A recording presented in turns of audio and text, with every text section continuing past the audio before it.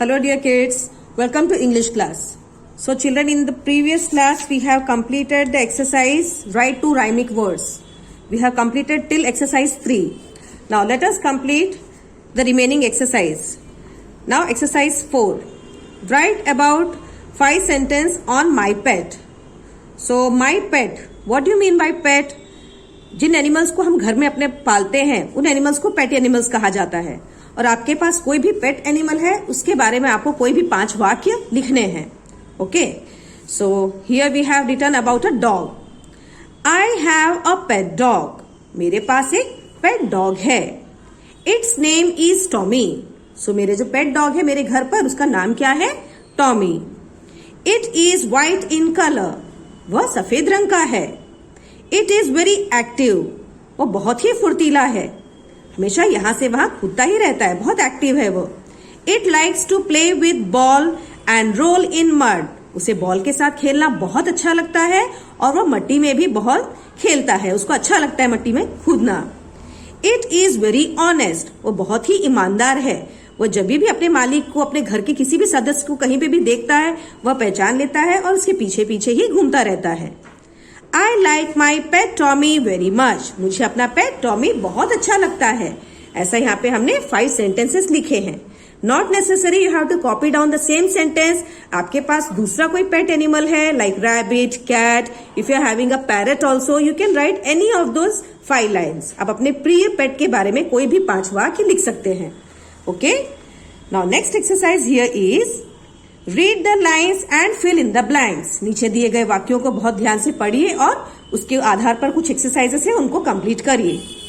मेरी had a little lamb, its fleece was white as snow, and everywhere that Mary went the lamb was sure to go. So हमारे 4 lines.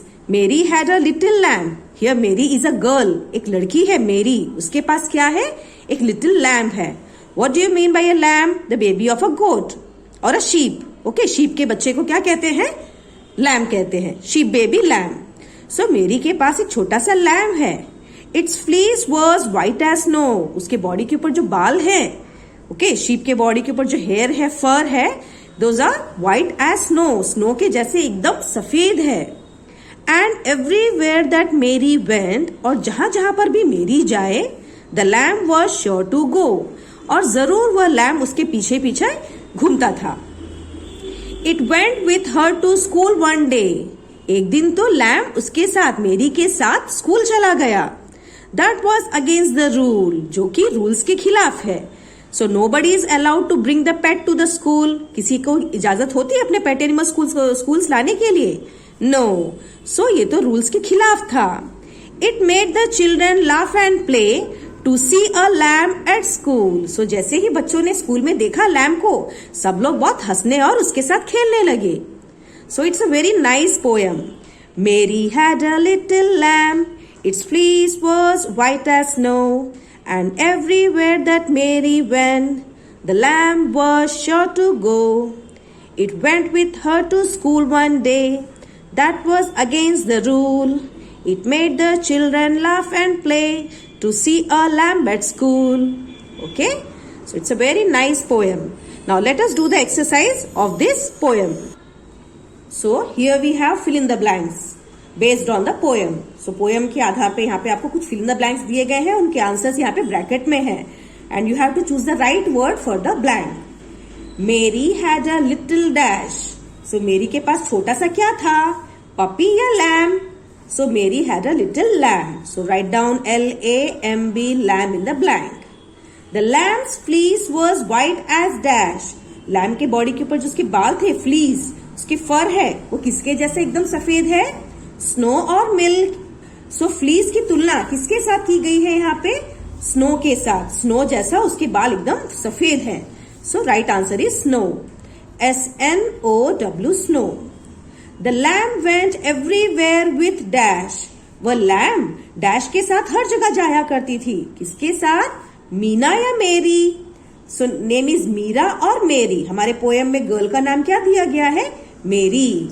So the lamb went everywhere with Mary, M-A-R-Y, Mary. It is a proper noun, so we have to write mother M. Okay. Number 4. The lamp went to dash one day. एक दिन lamp dash गया. कहाँ पे गया? School और market? School. SCHOOL school. The lamp made the children dash. So lamp ने बच्चों को बहुत डैश किया. Dance and run. क्या उसने लैम्प ने सबको नचाया और यहां वहां भगाया? और laugh and play. So laugh and play is the right answer. LAUGH laugh and play. So lab ने सभी को बहुत हंसाया और खिलाया. Next exercise again. Name the animals in the box given. Write D for domestic animal and W for the wild animal. So it is very easy, children. So let me do 1, 2 and remaining you can do by yourself. इस चित्र को देखकर आप पहचान सकते हैं कौन से एनिमल डोमेस्टिक है, जो हमारे घर के आसपास, जिनको हम पाल भी सकते हैं, और कुछ एनिमल्स जो एकदम वाइल्ड है. Those are found in jungles. So camel. So you have to write a camel name here. CAMEL. You can copy the word from the box given. So camel. Camel is a domestic animal. So write down D here. Okay. Next, cow. So this is a cow. COW, cow. Again, cow is a domestic animal. We can see cow around our house also. Now next, lion. LION, lion. Lion is a wild animal. Buffalo. BUFFALO. Buffalo, it is a domestic animal. Bear. BEAR, bear. This is a wild animal. Horse. HORSE, horse. It is a domestic animal. Monkey. So monkey. MONKEY, monkey. Monkey is a wild animal. Deer. DEER, deer. This is also wild animal. Elephant. So ELEPHANT, elephant. So elephant, it is a wild animal. Like this you have to complete the back page also. Here are again some more pictures you can do by yourself. इनको आप अपने आप करने की कोशिश करिए. Those are very easy. It is a donkey, sheep, tiger. This is a goat, fox and rabbit.